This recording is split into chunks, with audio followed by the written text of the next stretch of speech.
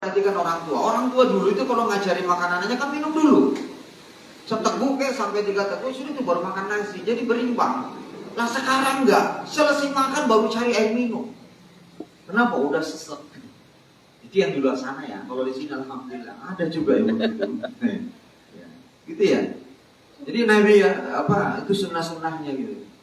Kemudian apa lagi? Nabi itu menyarankan ketika kita makan sahur, itu makan sahur bukan cuma sebuah keharusan, dapat pahala loh. Tasahharu fa inna bis sahuri barakah. Sahurlah kalian karena di sahur itu ada berkah. Siapa yang puasa lalu makan sahur dapat pahala malah. Coba bayangin, sudah kita dapat asupan, sudah dapat rezeki, sudah kita makan nambah tenaga. Bukan cuma minum Pitalongse, bukan minum Eneforce, tapi makan sahur itu nambah tenaga. Dan itu dapat pahala. Hebatnya itu Islam ngatur. Mana ada amalan seperti udah kita kenyang dapat pahala lagi. Bayangin. Bolehkah puasa tidak makan sahur? Boleh. Cuma kan lemas orang yang tidak makan sahur itu. Dan sahur yang paling baik itu adalah di akhir waktu. Misalnya imsak itu pukul 4:40 menit. Sahurlah. Pas ending sahurnya itu pukul 4:30 menit. Wah keren. Begitu selesai minum terakhir, bunyi imsak. Itu keren. Dan imsak juga orang masih boleh makan loh. Asalkan jangan mulai makan di awal imsak. Itu bahasa Buddhisnya boleh berkoro ya. Nyari goro-goro ya. Jangan cari gara-gara. Misalnya imsak katakanlah 4:30, hitungannya paling pas gitu. Imsak 4:30 subuh gitu imsak. Anda makan 4:10, itu bagus. Orang makan itu paling lama 10 menit kok. Kebangetan kalau udah makan 10 menit itu. Bahkan rata-rata saya lihat ini cuma 5 menit selesai. Ya. Yang lama itu ngantar satu-satu itu. Yang lama itu ngantar satu-satu ya. Tapi kalau makan itu 5-7 menit itu, ya Allah selesai.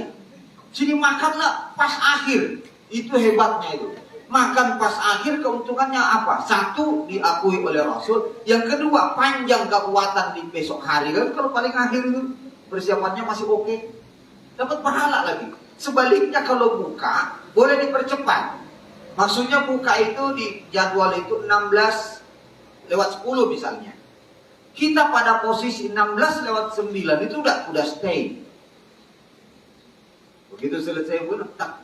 Saya jujur ketika almarhum Pak Jati Bupati, kalau dia bilang saya Sujati, itu biasa pengumuman begitu, mengucapkan selamat. Oh ketika dia ngomong saya Sujati, saya udah makan. Protes istri, loh kenapa makan? Itu kan lah tidak mungkin Pak Jati ngomong sebelum makan. Logikanya kan begitu, pasti dia sudah buka baru dia ngomong selamat berbuka puasa. Tapi bikinnya harus jelas, jangan asal ikut-ikutan aja. Karena bukan jam yang menentukan, tapi gurupnya, terbenamnya matahari. Boleh mendahulukan itu. Dan itu disunahkan Nabi, dahulukan. Misalnya kalian nanti ada suatu saat izin, ada suatu saat nanti tamu buka bareng di sini. Jangan melayani tamu aja, sambil melayani ya minum. Kan ada itu saking sopannya kita ya. Layani dulu tamu sampai semua selesai, berataan bilang orang Banjar. Setelah itu baru kita minum. Jangan, batalkan sendiri dulu puasamu. Yang penting jangan jatah pelanggan yang diminum. Ya, bawa sendiri gitu. Begitu selesai izin, maaf Pak, saatnya muka. Gitu. Yang penting jangan jatah dia. Pak ini lagi puasa Pak, mumpung puasa Pak ya. Aku makan dulu ya. Baik. Ini bisa dipinta kau gitu. Bisa dikeluarkan ya gitu ya. Jadi mendahulukan Pak, boleh. Yang penting jangan request. Misalnya nih lagi ngikutin radio di radio Ramadan kan. Assalamualaikum, salam. Dari mana nih?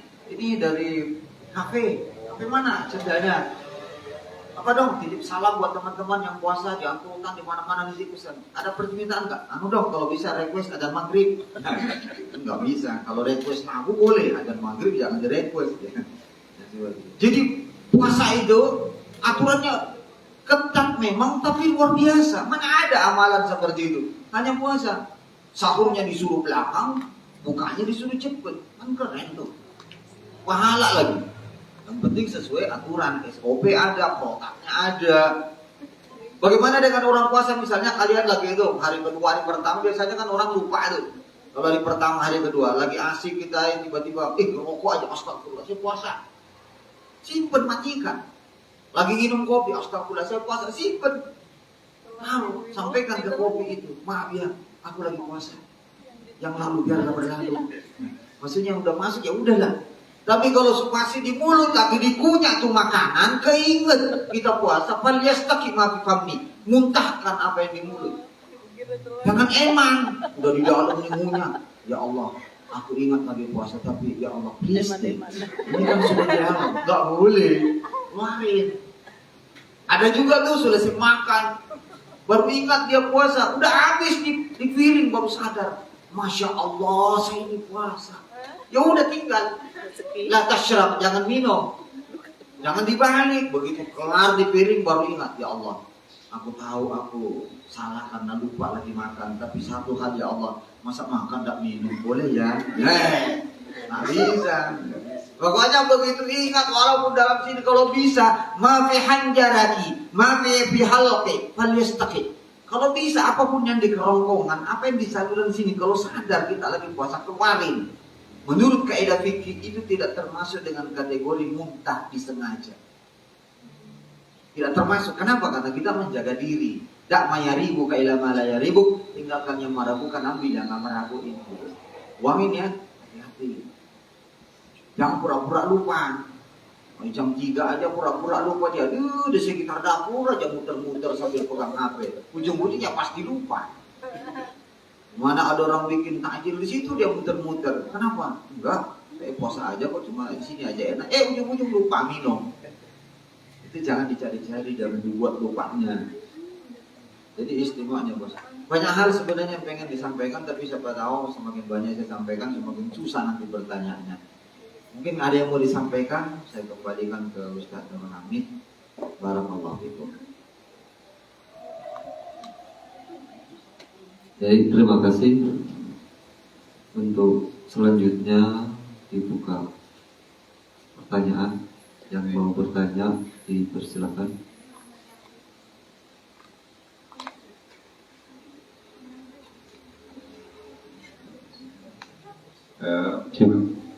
Mama kalau mau ada pertanyaan,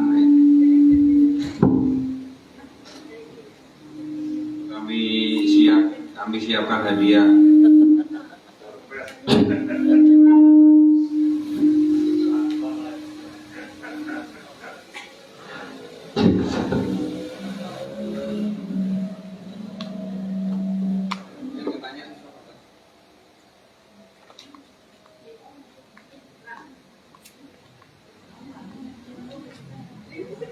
Vital.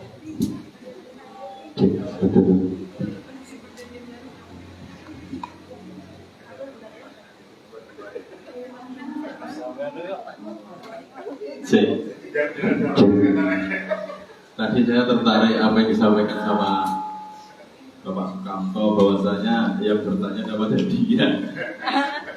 Makanya saya tanya duluan. Saya tanya duluan Bu Yaya ya. Dan ini pertanyaan titipan tadi ya, dari tidak mau sebutkan namanya di WA tadi.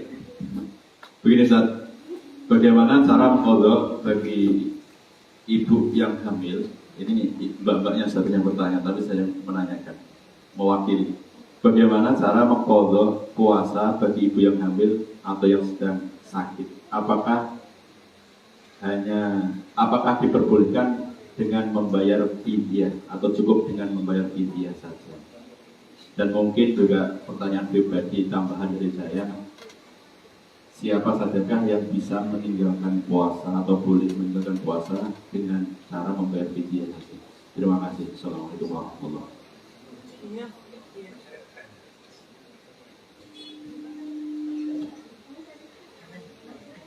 Bismillah. Fidyah itu adalah termasuk niyabatus shaum, pengganti puasa. Fidyah itu ada dua. Ada fidyah permanen. Fidyah permanen itu bahwa orang yang menunaikan fidyah nggak boleh lagi puasa. Jadi kita lihat siapa-siapa yang masuk fidyah permanen. Yang kedua ada fidyah, itu fidyah dia tunaikan karena rukhsah. karena keterpaksaan. Tapi setelah Ramadan lewat, ketika punya kesempatan wajib mengganti. Jadi saya ulangi, fidya itu ada dua. Ada yang permanen, ada non permanen.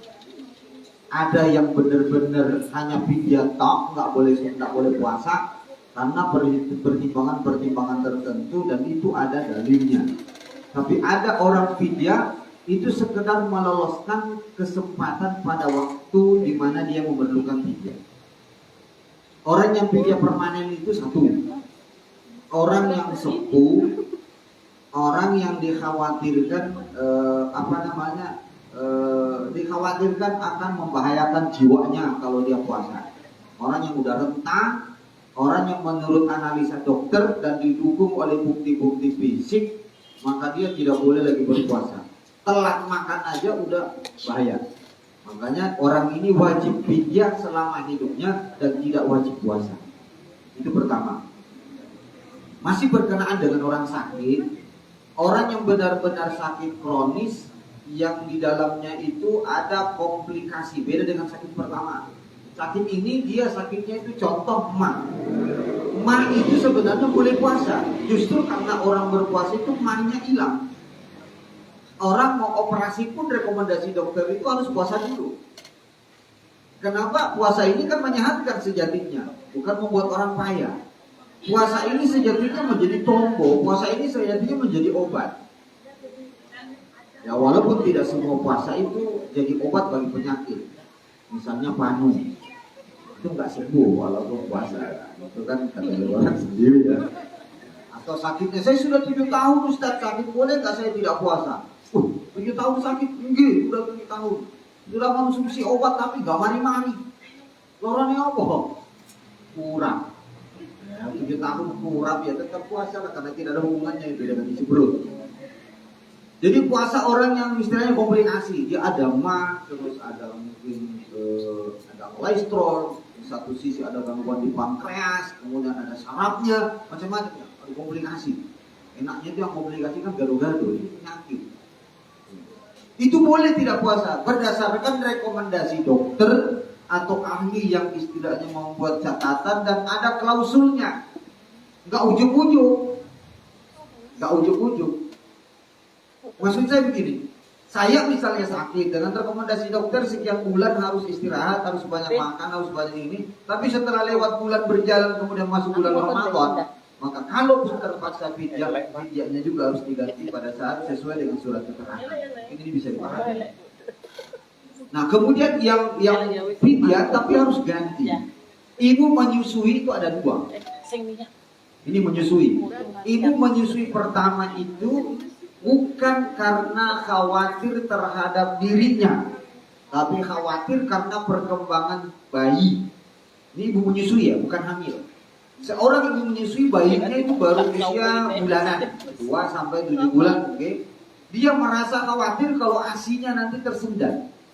Dia khawatir pada saat mensuplai asupan makanan buat si bayi ini akan berbahaya, sehingga dia tidak berpuasa. Maka dia bayar fidyah. Tetapi di luar Ramadan dia wajib mengganti pada saat anaknya udah normal. Nah itu. Yang kedua, ibu hamil. Ibu hamil juga ada dua kemungkinan. Kalau ibu hamil ini istilahnya itu ada sesuatu, misalnya di dalam janinnya itu ada perkembangan lain yang menurut rekomendasi dokter, atau di fisik wanita itu sendiri kan banyak wanita itu misalnya punya penyakit bawaan, katakanlah tumor, katakanlah mungkin kanker ya, katakanlah mungkin ada kista, dan itu mempengaruhi anatomi tubuhnya, maka dokter boleh merekomendasikan dan fikih juga boleh memaafkan orang ini boleh tidak puasa dan harus bayar fidyah. Tetapi kemudian dalam perjalanannya ada dua. Kalau dia sembuh, ya bayar itu puasanya. Kalau tidak sembuh, nggak usah bayar puasa. Fikih mengaturnya itu nggak menyiksa sebenarnya. Fikih itu sebenarnya fleksibel. Nah, cuma kadang-kadang perbedaan pendapat misalnya di Imam Malik, Imam Abu Hanifah, termasuk Imam Syafi'i, itu biasanya tergantung situasi dan kondisi serta fleksibilitas kondisi seseorang. Karena puasa setiap tahun itu kan tidak sama. Ibarat musim haji, ada orang berpuasa itu pas musim dingin, ada musim panas, maka perlakuannya berbeda. Puasa juga begitu. Kadang itu jam misalnya gini ya, maghrib itu jam 6 tepat. Kadang itu setengah 7 baru maghrib. Nah itu kondisinya dilihat. Nah ini sebenarnya gini, kalau kita mau bicara fikih secara totalitas, ini diperlukan semacam apa ya, kesepakatan secara secara syumul. Semua orang itu terlibat di dalamnya. Semua orang-orang fuqaha ahli fikih itu berpikir yang sama, melihat suatu persoalan itu pada pandangan yang sama. Yang jadi ironis di Republik ini, kadang-kadang kita misalnya ini berlima dengan masing-masing mazhab tertentu. Ketika kita musyawarah, yang dibawa itu mazhabnya masing-masing. Jadi nggak pernah ketemu. Kalau pemikiran saya, yang perlu dibawa itu adalah kajian fleksibilitas yang menjadi dasar setiap orang itu bermazhab. Itu dulu disatukan titiknya. Kalau mazhab ini melihat ini persoalan ini gimana, itu dibahas. Jangan membawa sesuatu itu berdasarkan pemahaman. Inilah yang sering kacau dan sering terjadi di Republik ini. Allah saja memudahkan seseorang, kenapa kita harus ngeyel? Allah aja memberikan contoh itu misalnya contoh gini. Ke Jakarta itu boleh sholat namanya jamak. Ke Jakarta boleh jamak dengan ketentuan bahwa perjalanan kita dari Tanjung Selo ke Jakarta itu transit berkali-kali, maka kita boleh jamak. Bahkan seakan-akan dikatakan kategori muakkad, gitu. Tapi boleh kita tidak jamak kalau pesawat kita langsung dan tidak ada waktu yang dibuang. Kita jangan berhitung jarak. Kalau semua sekarang mau dihitung jarak, maka apapun yang kita lakukan pasti jamak. Mau ke Tarakan, jaraknya berapa? Ya jamak. Nah inilah kategori pemikiran yang perlu dibawa secara, kadang-kadang orang mikirnya gimana ya? Ibarat kita tadi, kalau istilah kita itu melihat gajah masing-masing sesuai cekelan. Ada yang mengganggu itu gajah itu panjang. Ada yang mengganggu enggak, gajah itu tipis. Ada yang mengganggu kaki gede, kayak kelompok. Ya macam-macam. Karena ini kemampuan orang berasumsi, kemampuan orang untuk berpikir. Jadi kita semoga bahwa lihat dari itu semua kita bisa melihat mana yang bayar pijak, mana enggak. Seperti sholat tadi. Saya kadang-kadang misalnya ke Surabaya itu tidak jamak. Kalau pesawatnya direct flight dan terbang langsung, tidak ada waktu yang kita buang. Tapi ke Berau kadang jamak. Kenapa? Berau itu paling cepat kan 2 jam normalnya. Kalau berangkatnya udah mepet-mepet ya mau tidak mau diniati jamak. Jamak ini 2, harus berani mengambil resiko. Jamak takdim apa takhir? Dimaju apa dimundur? Kalau maju harus dikonsekuensi gimana? Berarti sebelum jalan harus jamak. Tapi kalau dimundur takhir, jangan sholat di tempat berangkat tapi setelah tiba. Itu pun caranya 2. Ada yang jamak kamil, sempurna rakaatnya nggak ada yang dikurang. Ada yang qashar. Zuhur jadi 2, asar jadi 2, isya jadi 2, subuh jadi 2. Ya memang 2. Ada yang qashar kemarin itu maghrib dikurangi juga. Aneh. Bilang mumpung dikasih kesempatan. Iya, tapi maghrib nggak dikurangi bro. Maghrib tetap 3, subuh tetap 2. Kalau yang lain boleh. Tergantung situasinya. Jadi begitu jadi. Tambahan tadi apa tadi? Pertanyaan pribadi yang lucu. Silakan deh. Ada yang ada lagi.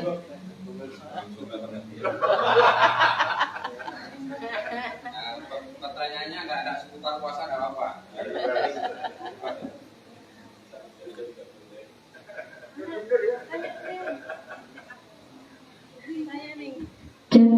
Assalamualaikum warahmatullahi wabarakatuh.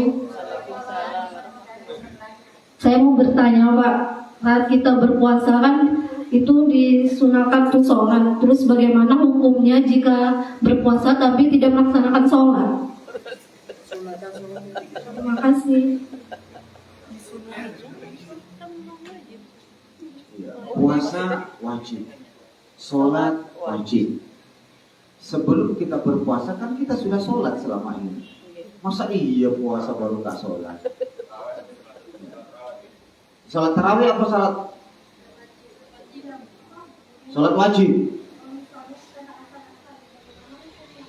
Iya, hukumnya itu Gusti Allah yang tahu hukum. Tetapi kalau bicara tentang ketentuan fikih, Anda itu sia-sia.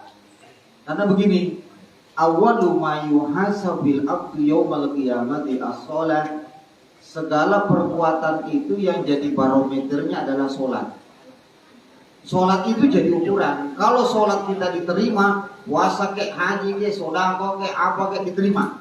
Tapi kalau puasa itu rusak, walaupun kita berpuasa sambil sholat, tapi sholatnya tidak benar, hilang juga puasa kita. Karena kuncinya sholat. Jadi harus sholat ya. Seandainya tadi pertanyaanmu, kalau saya rajin puasa tapi karena kesibukan malam saya tidak sholat tarawih, gimana itu? Bagi gua pahalanya. Harus sholat karena sholat itu ukuran. Bainal kufri wal abdi tarkus sholat. Yang membedakan kita dengan bukan Islam itu adalah masalah sholat. Kalau sholat Islam, kalau enggak ya enggak.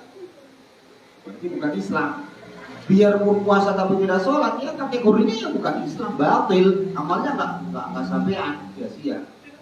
Nah gitu ya. Ini bukan saklek ya, dek. Memang begitu aturannya.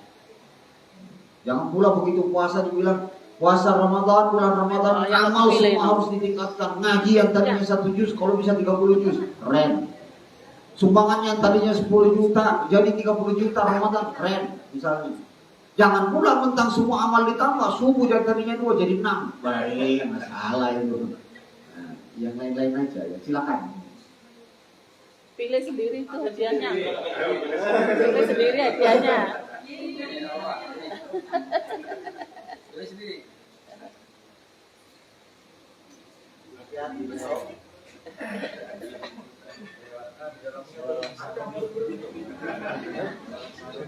Tako. Oh.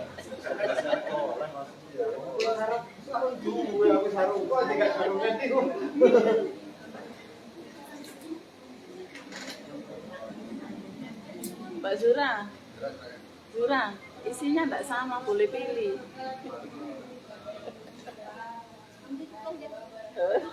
Nggak bisa, mana boleh kalau kita diambil orang.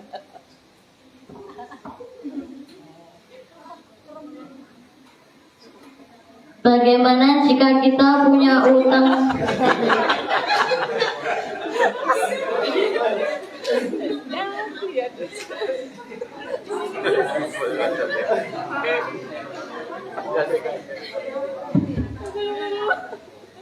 Assalamualaikum warahmatullahi wabarakatuh. Bagaimana jika kita punya utang puasa Ramadan dan belum menggantinya, padahal puasa Ramadan sudah akan tiba, hukumnya apa, Pak? Kalau punya tanggungan puasa 3 hari belum kebayar, maka periode berikutnya harus bayar 6. Itu 2 kali lipat. Waktu yang Gusti Allah berikan kepada kita itu kan 335 hari. Hari itu kan 365 ya, 60 ya. Karena kalau kita sekian hari itu sekian ratus hari kan masih ada waktu. Kalau ternyata misalnya kamu punya utang, biasanya perempuan itu kan ada 2 yang menyebabkan dia utang puasa itu. Menstruasi dan mencret. Jadi perempuan itu kadang tidak puasa memang. Ada yang sampai 5 hari, seminggu. Kalau seminggu nggak puasa, terus masuk sudah Ramadan, terutang jadi 14 hari. 2 kali lipat. Semoga di sini nggak ada yang punya utang puasa. Ada. Bayarlah besok. Insya Allah. Besok masih boleh kok. Masih boleh bayar besok. Boleh juga kalau kalian tidak mampu bayar, maaf ya, ini puasa. Saya kasih tahu ya. Misalnya utang puasa itu 7, tanggungan puasa 7. Boleh minta bantuan ke keluarga. Boleh. Puasa boleh diwakilkan. Yang tidak boleh sholat. Kalau puasa boleh. Ada utang puasa nggak mampu dibayar, minta sama teman, minta sama bapak ibumu, tapi kan kebangetan kalau minta bapak ibu. Minta sama adikmu, minta sama kakakmu, sama masmu boleh. Kalau dia ridho, sebutin aja berapa hari dia punya jatah. Beda kalau nazar. Kalau nazar nggak boleh diganti, harus kita sendiri. Tapi kalau puasa wajib disebabkan karena kealpaan, kelalaian, boleh minta bantuan. Sama kejadian di masa Rasul, ada seorang anak datang ngadap sama Rasulullah. Ya Rasul, ibu saya udah meninggal. Dia punya tanggungan puasa. Dia punya tanggungan haji. Kalau dia sudah bayar ONH terus meninggal, boleh digantikan hajinya oleh anaknya, oleh suaminya, oleh orang tuanya. Siapapun yang masuk dalam garis nasabnya, dengan catatan yang ganti haji harus orang haji. Kalau belum haji nggak bisa. Namanya badal, niabah. Sama dengan puasa. Yang ganti puasa boleh dipindahkan ke orang lain, walaupun dia masih hidup. Yang penting ada kesepakatan. Menurut fikih, itu menurut hampir semua ulama sepakat, walaupun Imam Malik itu tidak menerima. Karena menurut beliau kewajiban puasa kan kewajiban sendiri. Tapi Imam Syafi'i bilang enggak. Yang fardu ain itu kan cuma sholat, tidak boleh digugat. Semua orang tanggung sholatnya, nggak boleh dipindahkan ke orang lain. Tapi kalau puasa, haji, infak, sedekah boleh. Maka boleh. Mungkin ada temanmu yang paling dekat sering kamu bantu. Kau kan sering bantu selama ini, bantulah aku. Ada suaminya Ustaz. Bisa saja, ya tergantung ini. Ini sengaja saya bahasakan mudah, bahasakan lebih ringan supaya Anda bisa memahaminya dengan baik.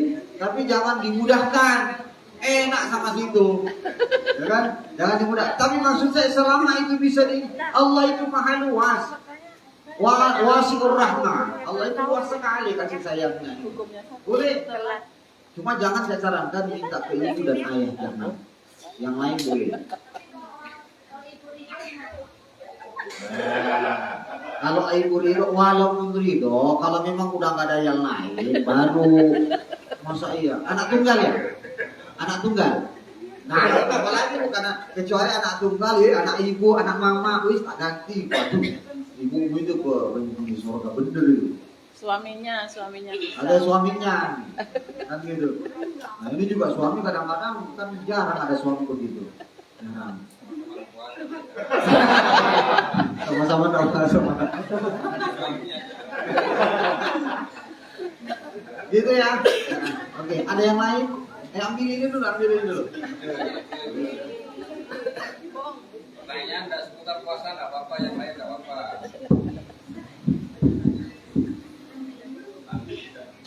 Assalamualaikum warahmatullahi wabarakatuh. Ustadz, saya mau tanya, bagaimana hukumnya jika kita sedang sakit dan diberikan suntikan ketika puasa? Apakah puasa kita batal?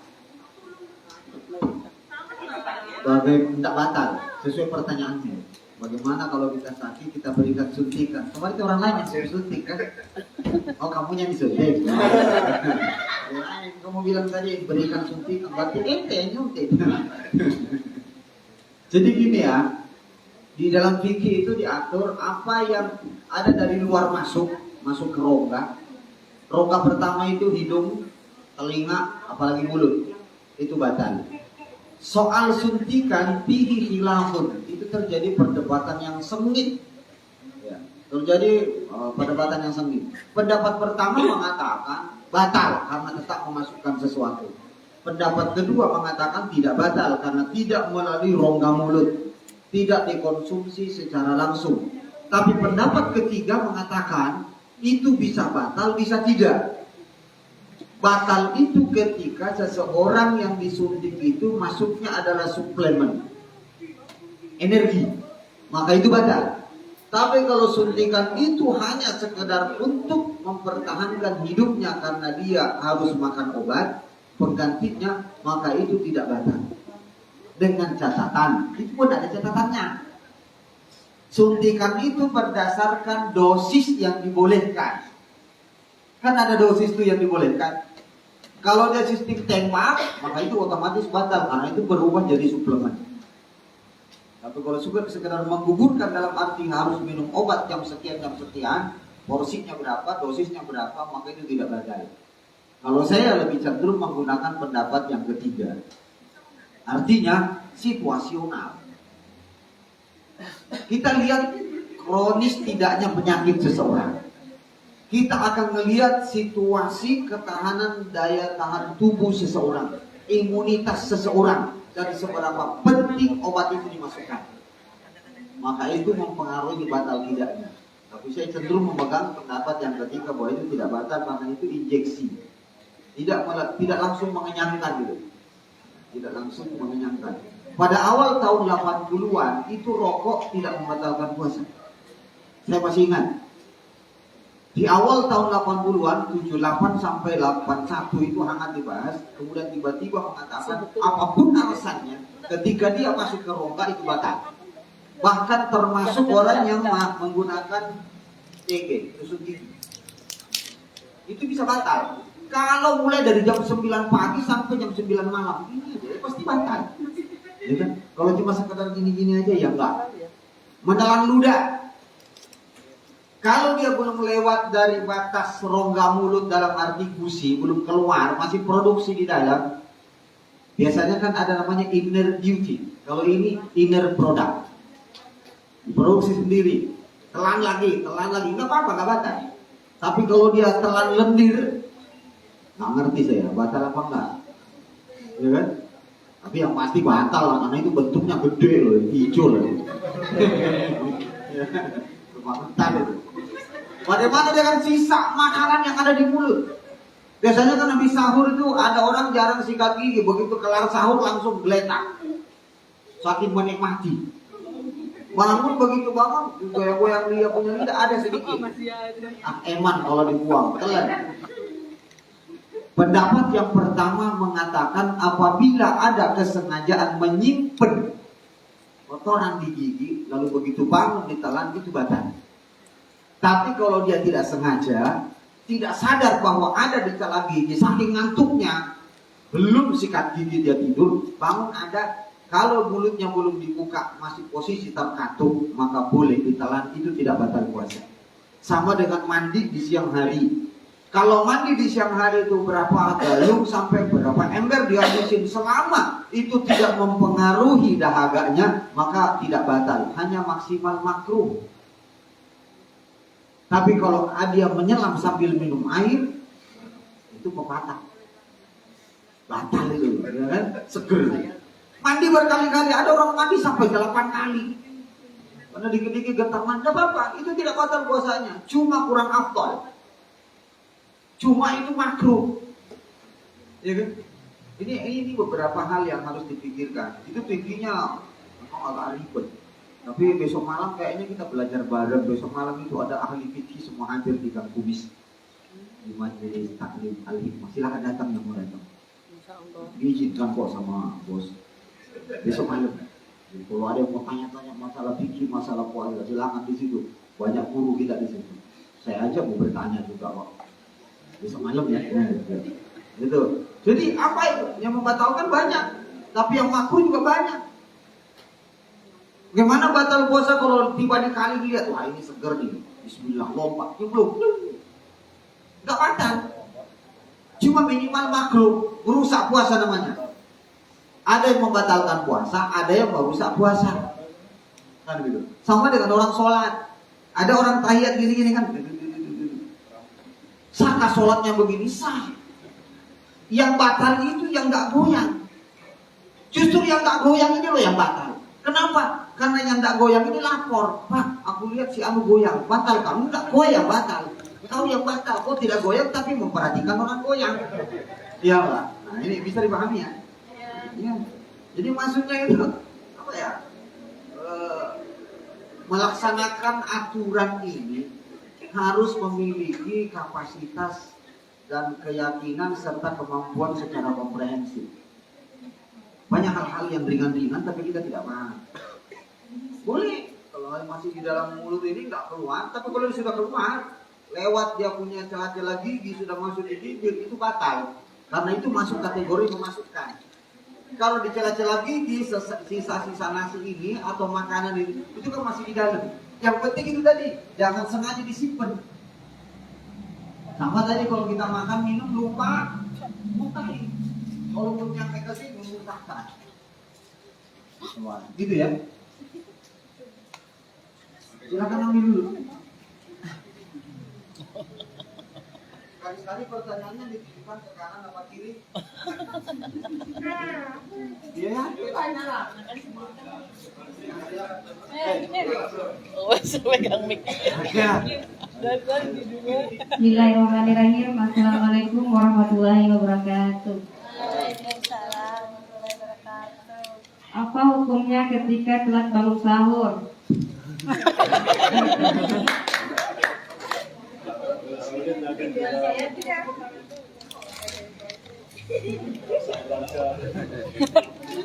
Kita loh, kita. Apa hukumnya kalau telat bangun sahur? Hukumnya ya telat. Apakah sah atau tidak? Sah, kan masih telat.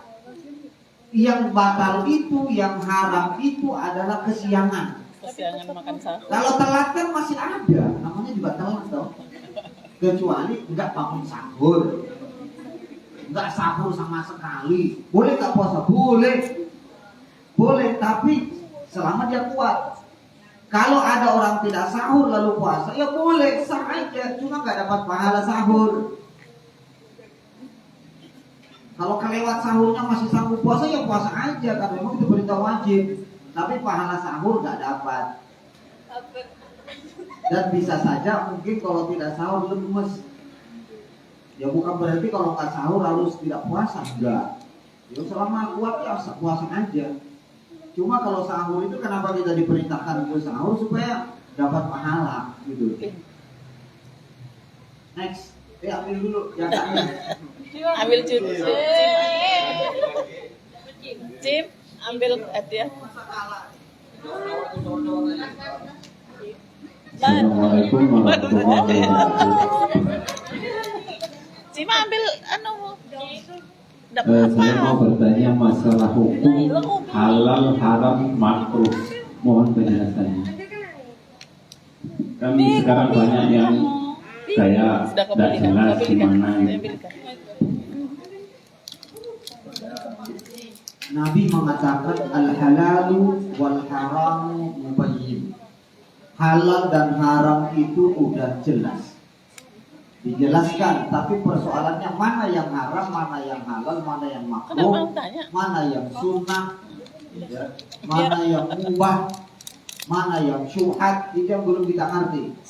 Tapi berbicara tentang hukum itu udah jelas, al-haram wal halal mubayyin. Kalau bicara makanan pokok, ya, kita ambil istilah makanan pokok di dalam surah Al-Maidah itu ditekankan. Wa ma uhilla li ghairillahi fa huwa haram. Apa-apa yang tidak disebutkan kehalalannya oleh Allah, termasuk dalam hal sembelihan, itu halal. Tapi apa yang ditetapkan Allah itu halal, maka itu halal. Contoh, semua binatang di laut,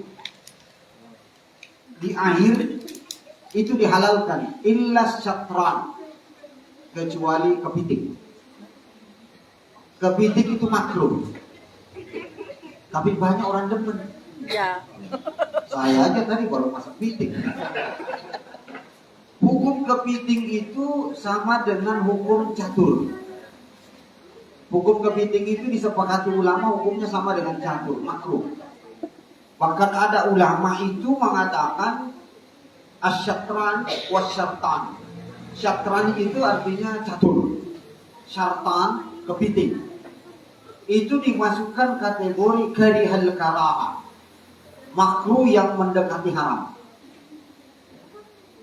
Tapi Allah a'lam. Ya, kita kalau ke bahasa-bahasa itu lah terlalu jauh, nanti tegang ada yang mau makan piting lagi. Kalau nggak ada yang mau makan piting nggak apa-apa, kasih tahu saya. Tolong ditelepon saya kalau ada yang dapat kepiting. Yang tambah ya. Itu makruh. Makruh.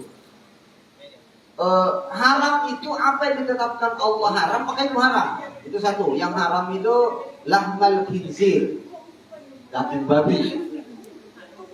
Wa ma zubiha li ghairi ismillah, dan apa-apa yang disembeli selain nama Allah itu haram. Binatang yang memangsa, binatang yang memakan melalui apa namanya itu, taring atau cakar, itu haram. Elang haram, ayam halal. Mal farqu bainaha? Apa perbedaan antara elang dengan ayam? Kalau elang itu dia makan itu ngambil dari cakarnya. Kalau ayam enggak, dia dari paruhnya. Itu perbedaannya. Jadi paruh itu, kalau bicara paruh, dia kalau melungker begini itu haram. Tapi kalau dia lurus seperti ini, sejenis burung kan tidak semua halal. Selama dia punya paruh gini kayak burung nuri, kakak tua, beo, paruhnya gini, itu haram. Itu kalau bicara ini. Kalau air di laut itu, di apa namanya, makanan di laut, Nabi itu menghalalkan. Uhillat lakum bahimatal an'am. Bahkan bangkai-bangkai di laut itu boleh dimakan, bangkai ikan. Itu tidak disembelih. Bangkai sejenis-jenisnya seperti udang dan sebagainya, belut, itu walaupun jadi bangkai boleh dimakan selama la tatagayyaru jinsihi wa ainihi wa rihi. Selama tidak berubah wujudnya, tidak berubah baunya, tidak berubah zatnya. Ikan mati halal. Tapi setelah berubah jadi bangkai, dalam artinya berulat dan sebagainya, maka jadi haram. Nah, itu boleh dipikir. Ini memang agak apa ya, rada-rada jelimet sih. Tapi enak diikuti, gampang aja. Binatang di laut itu dikhususkan oleh Nabi tidak usah disembelih. Tapi kalau binatang darat kudu disembelih, kan begitu. Harus dipotong. Kalau di laut tak boleh. Semua barang di laut itu halal kecuali kapal selam. Kalau kapal selam Palembang tetap halal, itu kue malah. Jadi gitu. Saya pernah ceramah di Banten ya. Saya bilang begini di tempatnya Nyi Roro Kidul. Siapa yang meyakini Nyi Roro Kidul itu hidupnya di sepanjang atau semenanjung pantai Laut Selatan berdasarkan hadis Nabi, maka dia itu halal dimakan. Karena dia hidup di laut. Nabi bilang semua binatang yang hidup di laut sejenis ikan halal dimakan. Berarti Nyi Roro Kidul wajib dimakan. Wah, nasuk api bohong. Orang sana pada marah.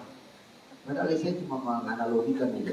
Kemudian yang makro itu adalah produk-produk ciptaan-ciptaan atau kebiasaan-kebiasaan yang tidak disebutkan dalam Al-Quran, tidak disebutkan dalam hadis, tapi disepakati ulama.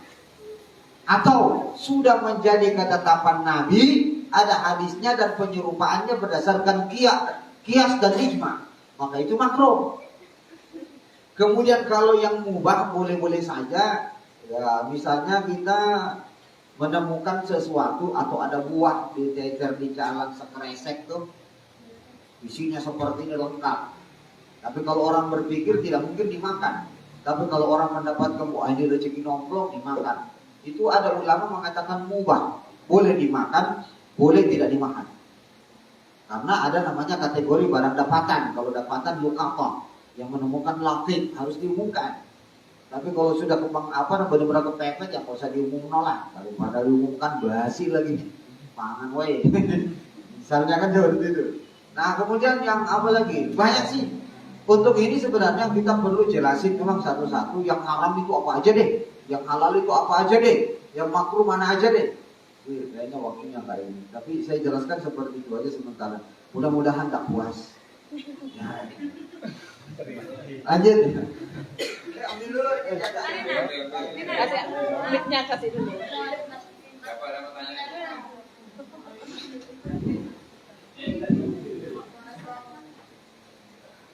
Assalamualaikum warahmatullahi wabarakatuh. Gimana kalau kita puasa tapi nggak tarawih, sama misalnya kalau kita puasa tapi tarawihnya di rumah sendirian. Jadi nggak harus berjamaah. Yang pertama, kita puasa tapi nggak tarawih. Yang kedua, tarawih tapi di rumah, nggak berjamaah. Seperti itu.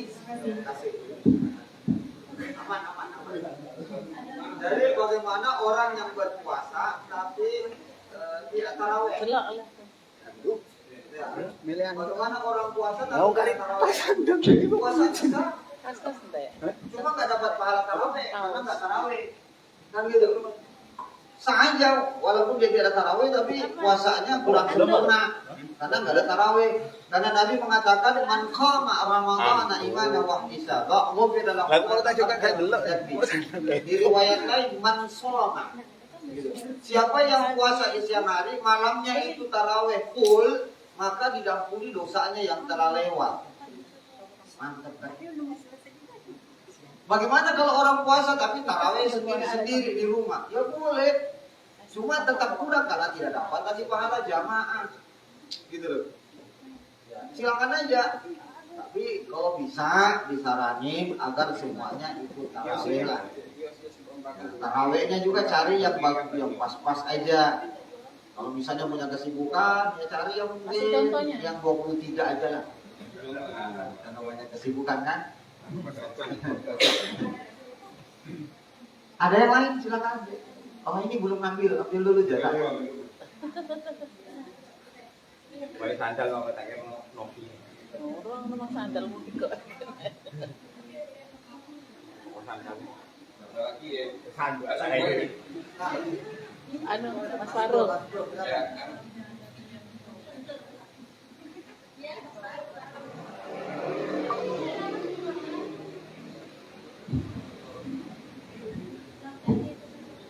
Assalamualaikum warahmatullahi wabarakatuh. Apa hukumnya menyajikan hidangan pada tamu yang dengan sengaja dia tak puasa, Ustaz? Ya ini kaitannya dengan bolo ya. Bagaimana hukumnya ngasih makan, ngasih minum orang yang tidak puasa? Apakah dia sengaja tidak puasa atau gimana? Gini loh, ada dua perbedaan yang mencolok. Ketika kita memberi makan, maksudnya itu memberi makan itu memberi iftar, memberi buka puasa orang yang berpuasa, maka pahala kita 2 kali lipat. Dapat pahala seperti pahala orang yang puasa. Jadi kalau ngasih buka, ngasih takjil itu pahala orang itu sebanding dengan pahala kita 2 kali lipat. Kita dapat sendiri, pahala dia dapat juga, tapi bukan punya dia yang diambil. Itu namanya reward. Kayak pertanyaan ini kan, orang yang bertanya hari ini itu dapat pahala. Rewardnya apa? Dapat kantongan. Nah, rewardnya gitu.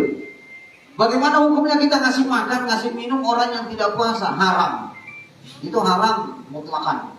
Karena kita sengaja mengakomodir, sengaja memberi kesempatan orang berbuat jahat, berbuat maksiat, pelanggaran kepada Allah. Kalaupun harus ngasih makan ya setelah buka puasa, setelah maghrib. Kalau saya diajarin, ini tanpa pikir, diajarin oleh orang tua saya, jangan sekali-sekali kamu melepaskan mengakomodir orang yang berbuat maksiat, sekecil apapun. Kalau kita memberi makan orang yang tidak puasa, memberi minum orang tidak puasa karena alasan teman, alasan kasihan, bukan berdasarkan qat'iyah, bukan berdasarkan penilaian syar'i, itu haram. Beda.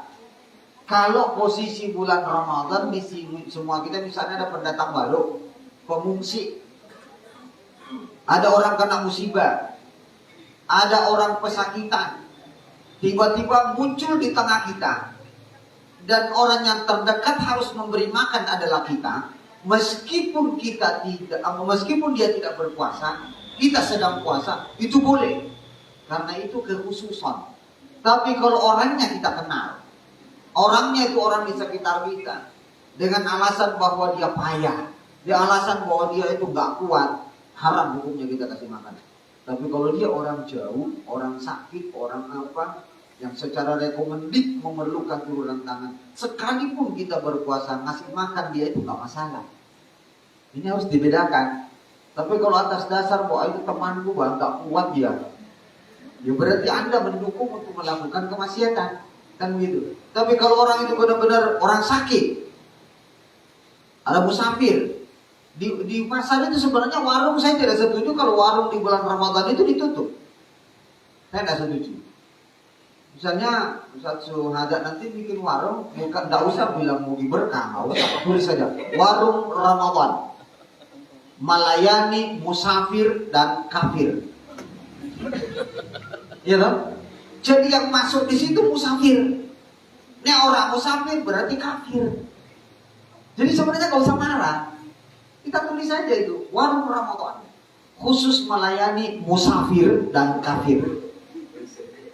Yang melebulono berarti kafir. Wah jelas dong.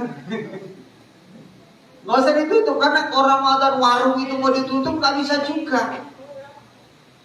Orang nyari rezekinya kan di situ. Minimal pakai hijab.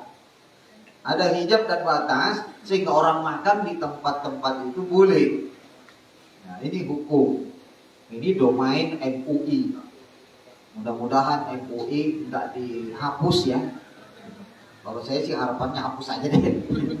Ribet urusannya. Nah, ini juga memang menjadi fatwa yang kadang-kadang membuat kita susah untuk menalar. Tapi dia pendapat saya, kalau nggak puas nanti kita di luar. Silakan ambil, masih ada satu lagi.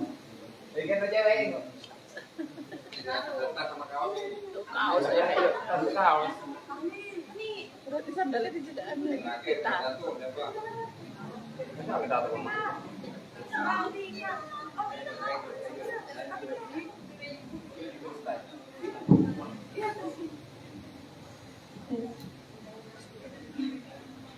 Assalamualaikum warahmatullahi wabarakatuh. Waalaikumsalam warahmatullahi wabarakatuh. Apa hukumnya berpacaran di saat kita berpuasa?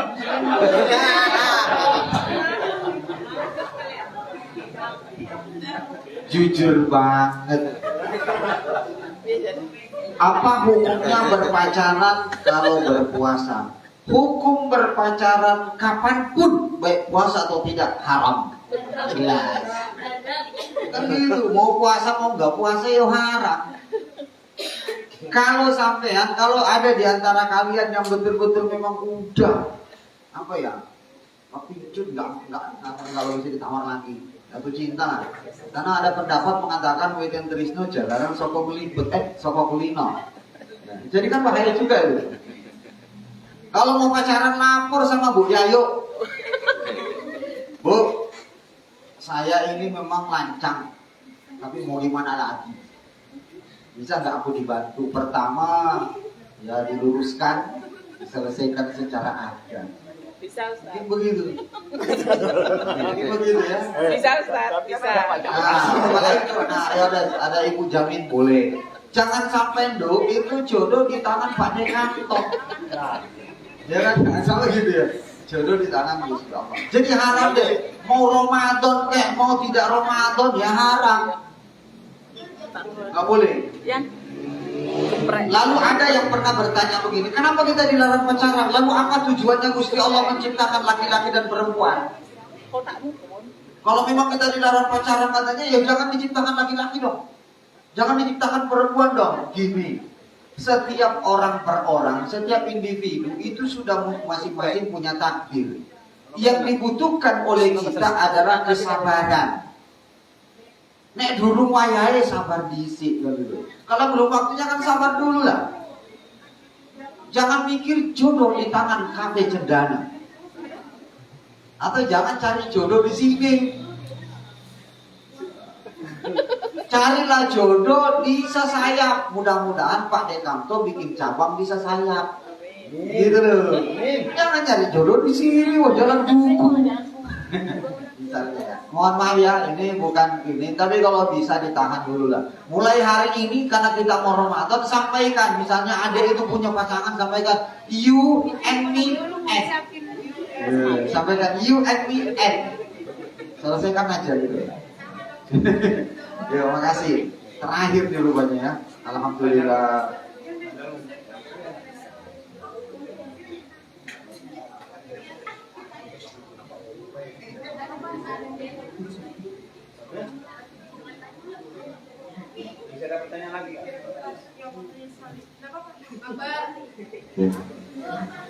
Ini masih ada tambahan pertanyaan satu.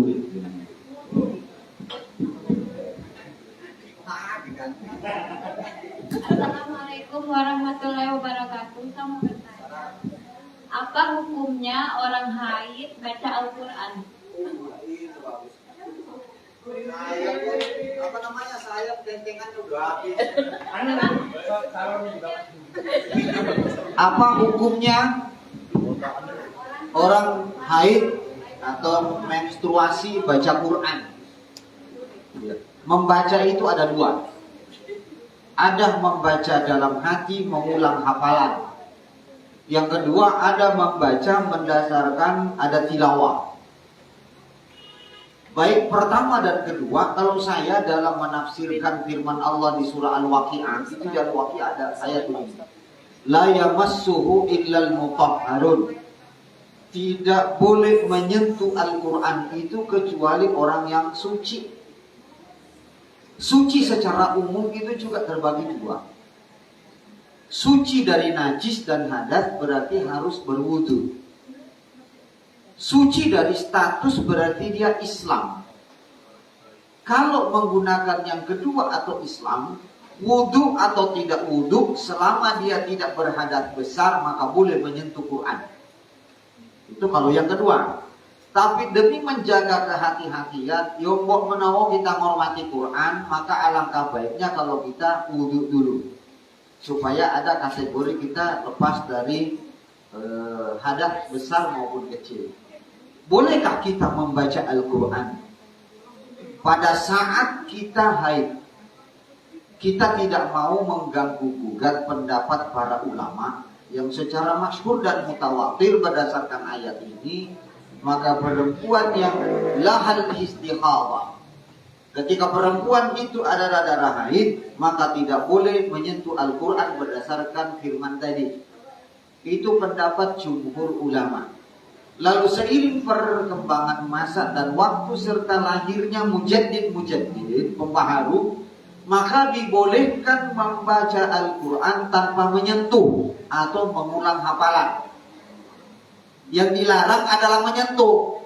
Kalau mengulang hafalan boleh. Atau kita minta teman yang pegangkan, mereka melafalkan, kita mengulang, maka itu boleh. Yang penting jangan menyentuh. La yamassuhu illal mutahharun. Tapi ulang hafalan boleh. Sama berzikir dalam WC. Ketika di dalam Baitul Khala, di dalam di WC, seseorang itu jangankan baca, jangankan lafal, enggak boleh ada cincin. Fil khatami fiha ismullahi wan nabi. Di dalam cincin itu ada tulisan nama Allah dan nama Muhammad, haram. Tapi kalau dia sementara di kamar kecil yang zikir adalah hatinya, itu boleh. Kalau lafaz kan tidak boleh. Ini memang jarang dibahas. Sama dengan ketika jima suami istri, itu tidak boleh melafalkan zikir tertentu kecuali qabla dukhul dia membaca bismillah, kemudian Allahumma jadidna dan seterusnya. Tapi bolehkah berzikir dalam hati ketika sedang kumpul? Boleh. Sama hukumnya dalam WC. Sama hukumnya ketika dia haid tapi dia mengelafalkan, boleh. Memuji hafalan boleh. Yang tidak boleh adalah la yamassu illal mutahharun. Ini memang memerlukan pemahaman. Tapi kalau menurut saya mau ngambil kebiasaan, kalau haram ya haram, gak usah ngapal juga gak usah ngapal. Cuman saya bilang boleh hafalan, karena kalau kita posisi perempuan itu haid, maaf, setan itu sangat dekat. Maka kalau zikir mulutnya tanpa menyentuh boleh, supaya setannya itu mental-mental dikit lah. Dia cedak-cedak ini, kan begitu. Itu dia harapan kita. Semoga bisa diterima walaupun dentengannya sudah nggak ada. Oh dikasih. Ya, silakan ambil itu rezeki dari Ustaz Suhada. Barakallah.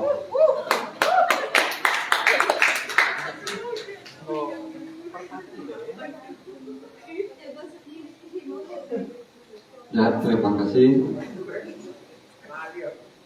Jadi sebelum saya tutup, sedikit bisa saya simpulkan bahwa hukum puasa itu wajib, sholat juga wajib. Dan jangan sampai nanti punya anggapan tentang kebiasaannya nggak pernah sholat, terus puasa, yang dibedakan puasanya.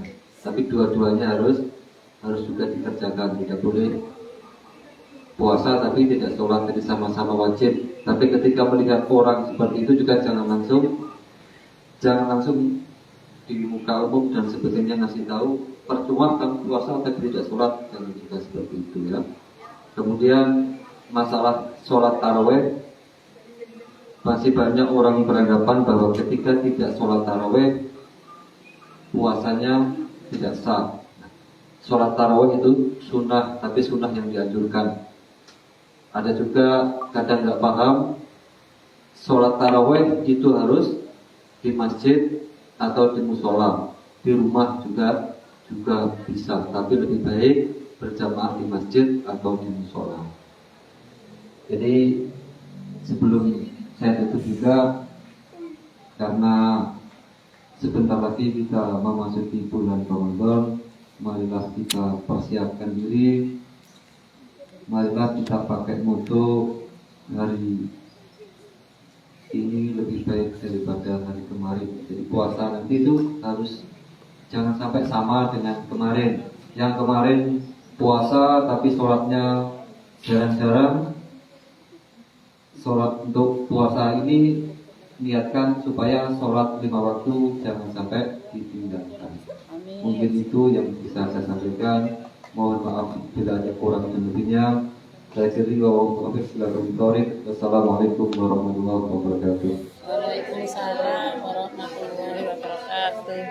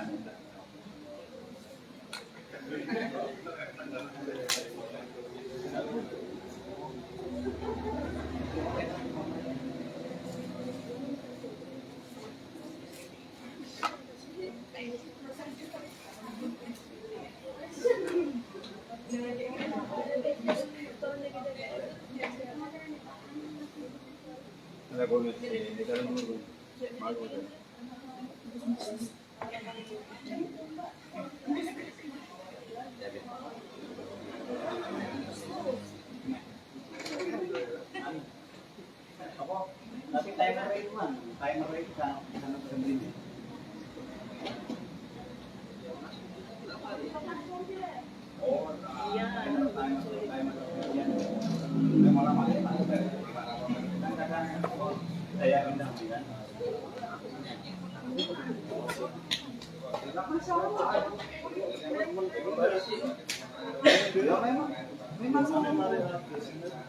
Kan iya kan biasanya normal kan kalau menit kan rendam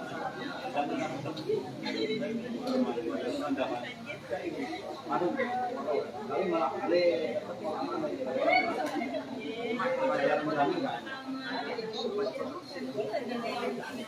kita masih cepat mari ya.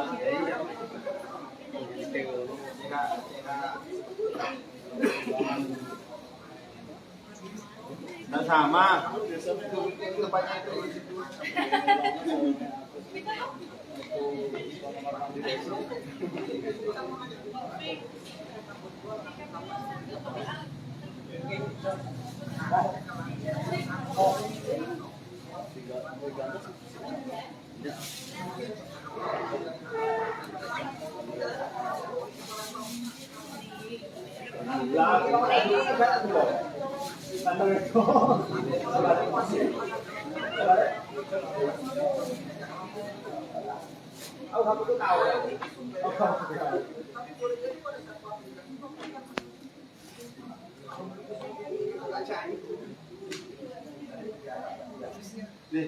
Alhamdulillah acara sudah selesai, tinggal nunggu baca doa dari Pak Ustadz.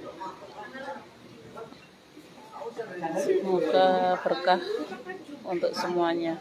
Terima kasih yang sudah nonton, yang sudah like. Terima kasih, semoga rezekinya makin lancar. usahanya makin berkah. Amin amin ya rabbal alamin. Assalamualaikum warahmatullahi wabarakatuh.